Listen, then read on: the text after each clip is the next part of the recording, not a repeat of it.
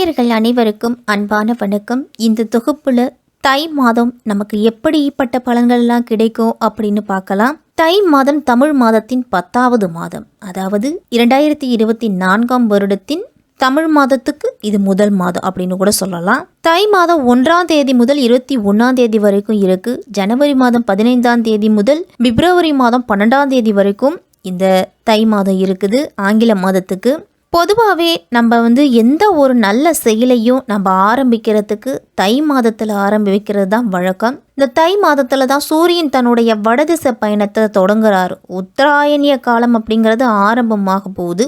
தேவர்களோட உலகுக்கு தட்சிணாயனம் எனப்படும் 6 மாத இரவு காலம் முடிஞ்சு 6 மாத பகல் காலம் அப்படின்னு சொல்லக்கூடிய உத்தராயண காலம் ஆரம்பமாக போகுது. இதுவே இந்த தை மாதத்தோட பெருமை அப்படின்னு கூட சொல்லலாம்.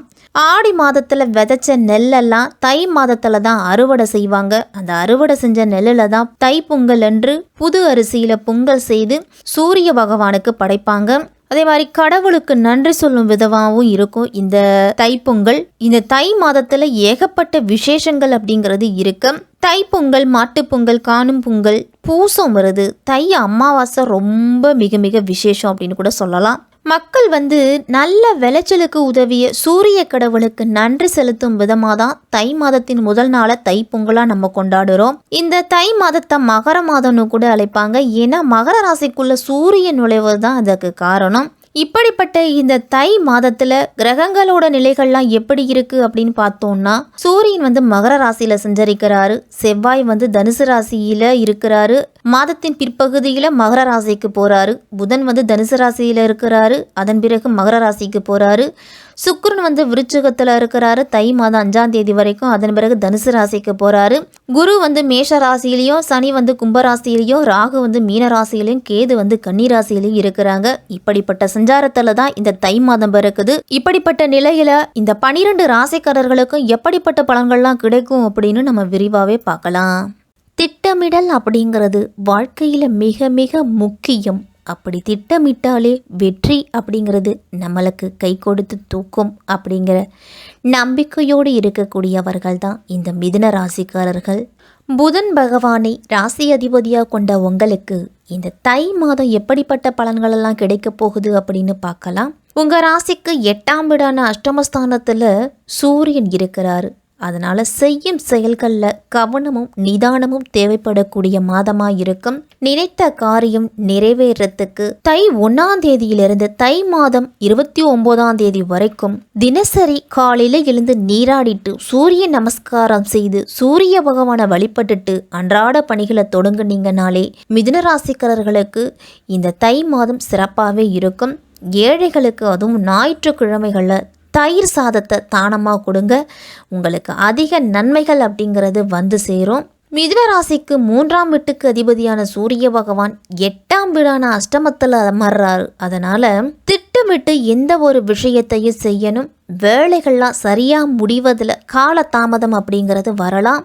வியாபாரம் செய்துக்கிட்டு இருக்கிறவங்களுக்கெல்லாம் அதிகம் லாபம் அடைவதற்கு உகந்த மாதமாக இருக்கும். சில சந்தர்ப்பங்கள்லாம் இழப்புகளை கூட சந்திக்க நேரிடலாம். இந்த மாதத்துல புதிய திட்டங்கள் எந்த அளவு இருக்கோ அந்த அளவு உங்களுக்கு பொறுமை அப்படிங்கிறது தேவைப்படும். கடுமையா சம்பாதித்த பணத்தை முறையா சேமிப்பது, முதலீடு செய்வது அப்படிங்கிறது மிதுன ராசிக்காரர்களுக்கு முக்கியம். பணத்தை கவனமா செலவு செய்ய வேண்டிய மாதம். உங்களுடைய வாழ்க்கை துணையோடெல்லாம் தேவையற்ற குழப்பங்கள்லாம் வரலாம். வாக்குவாதங்களை தவிர்த்துக்கிட்டு நல்ல புரிதலோடு நடந்துக்குங்க. ஆரோக்கியத்துல அதிகம் கவனம் செலுத்தணும். கைவலி, கால்வலி, முழங்கால் வலி போன்ற பிரச்சனைகள் அதிகளவு ஏற்படலாம். நோய் எதிர்ப்பு சக்தியை அதிகரிக்கிறதுக்கெல்லாம் சத்துக்கள் நிறைந்த உணவுகளை அதிகமா எடுத்துக்குங்க. மாத தொடக்கத்திலேயே உங்கள் ராசிக்கு 9ஆம் இடத்துல சனி பகவான் சஞ்சரிக்கிறாரு. அதனால ஒளிமயமான வாழ்க்கைக்கு உத்தரவாதம் தரக்கூடிய இடம் அந்த 9ஆம் இடம். சனி 9ஆம் இடத்துல சஞ்சரிக்கிறதால உங்களுக்கு ஓரளவு நல்ல பலன் அப்படிங்கிறது கிடைக்கும். குரு பகவானும் உங்களுக்கு சிறப்பாகவே இருக்கிறாரு. தொழில்ஸ்தானாதிபதி குரு லாபஸ்தானத்தில் சஞ்சரிக்கிறாரு.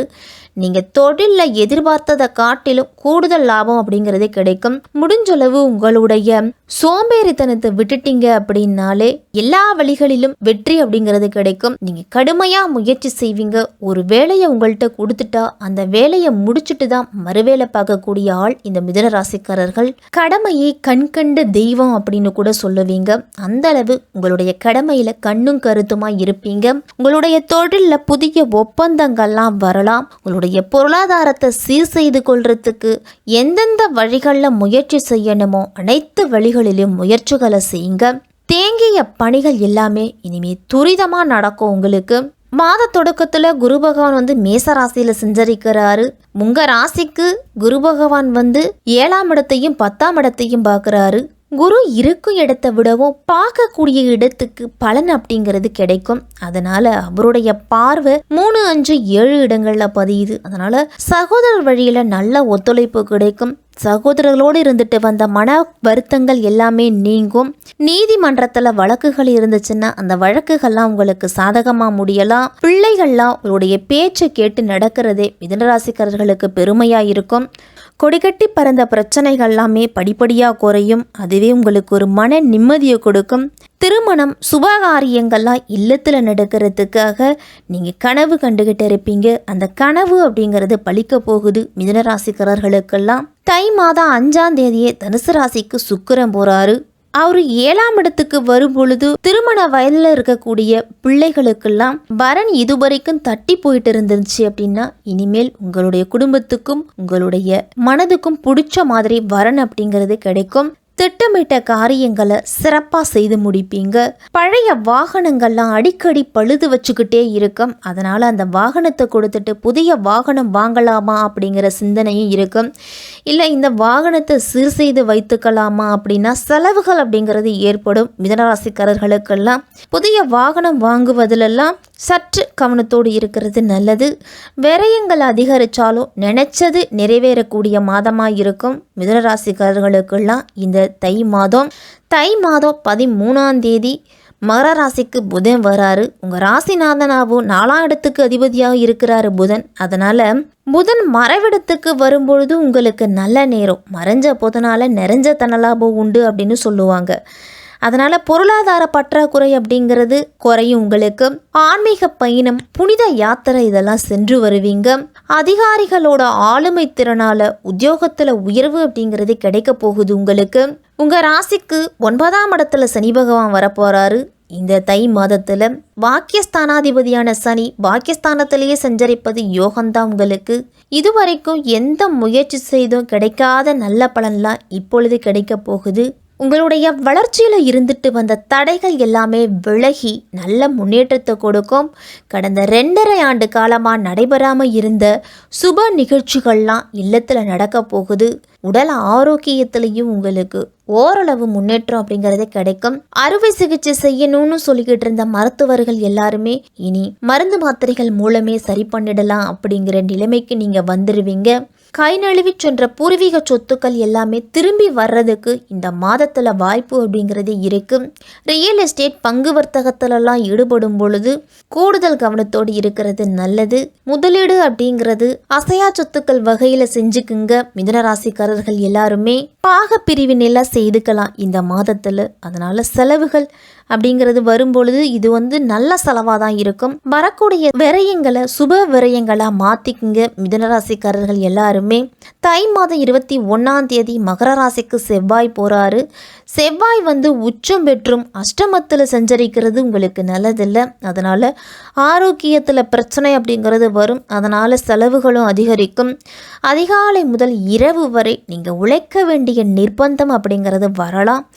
பணம் கையில் தங்களையே அப்படின்னு கவலைப்படுவீங்க. மிதுனராசிக்காரர்கள் எல்லாருமே கடன் பிரச்சனையோட காரணமாக சிலருக்கெல்லாம் சொத்துக்களை விற்க வேண்டிய சூழல் கூட வரும். பொது வாழ்க்கையில் இருக்கிறவங்களுக்கெல்லாம் திடீரென மாற்றங்கள்லாம் வரும். உங்களுக்கு புதிய பொறுப்புகளும் சேரும். அதே மாதிரி வியாபாரம் தொழில் செய்கிறவங்களுக்கெல்லாம் உங்களுடைய பழைய பாக்கிகள் எல்லாமே வசூலாகும் உங்களுக்கு. அதுவே ஒரு மிகப்பெரிய முன்னேற்றமும் மன தைரியத்தையும் கொடுக்கும்.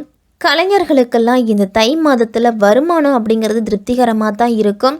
பயணம் செல்லும் பொழுது கூடுதல் கவனத்தோடு இருங்க. வெளிநாட்டு பயணங்கள்லாம் செல்லும் பொழுது உங்களுடைய உடைமைகளையும் உரிமைகளையும் பாதுகாப்பாக வச்சுக்கிறது நல்லது. மாணவர்கள்லாம் படிப்பில் ஆர்வத்தை செலுத்தணும். அதே மாதிரி தேவையற்ற பொழுதுபோக்கு அம்சங்களெல்லாம் மனம் ஈடுபடுவதை தவிர்த்துக்குங்க. உங்களுடைய இலக்குகளையும் லட்சியத்தையும் நோக்கி மாணவர்கள்லாம் படிச்சுக்கிறது நல்லது. அன்றைய பாடங்களை அன்றே படிங்க. உங்களுடைய பாடத்தில் சந்தேகம் அப்படின்னு வந்துச்சுன்னா அதை ஆசிரியரிடத்துல கேட்டு புரிஞ்சுக்கிறது நல்லது. பெண்கள்லாம் கணவன் மனைவிக்கு இடையில் இருந்துட்டு வந்த மன வருத்தங்கள் எல்லாமே ஓரளவு நீங்கும். குழந்தைகள் விஷயத்துல சற்று கண்டிப்போடு நடந்துக்கிறது நல்லது. வீட்டில் இருக்கிறவர்களோட உடல் ஆரோக்கியத்தில் கவனத்தை செலுத்தணும். இந்த மாதம் மிதுனராசிக்காரர்கள் அனைவருமே விநாயக பெருமான வழிபட்டுட்டு வாங்க. உங்களுக்கு வெற்றிகள் அப்படிங்கிறது அதிகமாக கிடைக்கும். வியாழன் மற்றும் சனிக்கிழமையில் அசைவ உணவுகளை தவிர்த்து வாங்க. நேரம் கிடைக்கும் பொழுது உடற்பயிற்சி, நடைப்பயிற்சி, மூச்சு பயிற்சி, யோகா, தியானம் இதையெல்லாம் செய்துட்டு வந்தீங்க அப்படின்னா உடல் ஆரோக்கியத்தில் நல்ல முன்னேற்றம் கிடைக்கும்.